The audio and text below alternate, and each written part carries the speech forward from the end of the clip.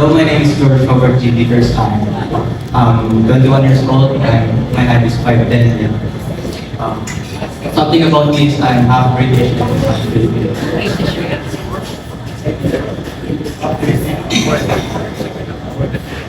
Okay, you're half British and half Filipino, half Filipina. I just speak Tagalog or Kapampangan. I can speak Tagalog at Kapampangan. I was born here. Okay. What is your advocacy? One of my goals is sports. Sport. And tell me something, what is the youth of today? Sorry. Tell me something, how can you describe the youth of today? Do you know today po? Yes. Maybe do you know today po? They are more jolly, they are more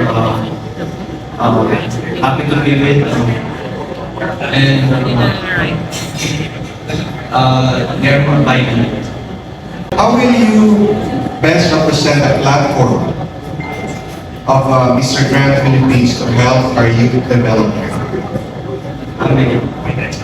How will you best represent the platform, Mr. Grant Philippines, to help our youth development? How may I Represent represent the platform, of Mr. Grant Philippines.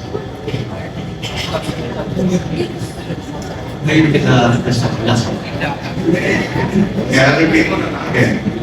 How will you best represent the platform, Mr. Grant Philippines, to help our youth development? Maybe I can motivate them by showing myself not just to personal but show them so that they can see and maybe they will not be interested in doing something like that. Candidate number 27, is this your first pageant? Yes sir, it's my first time. But I have experiences on that. Local pageants.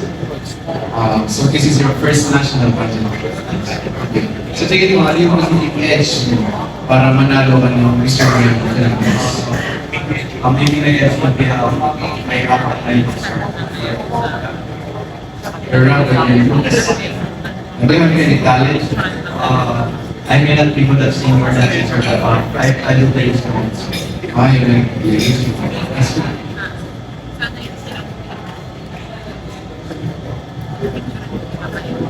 I think thank you so much, Candidate number 27.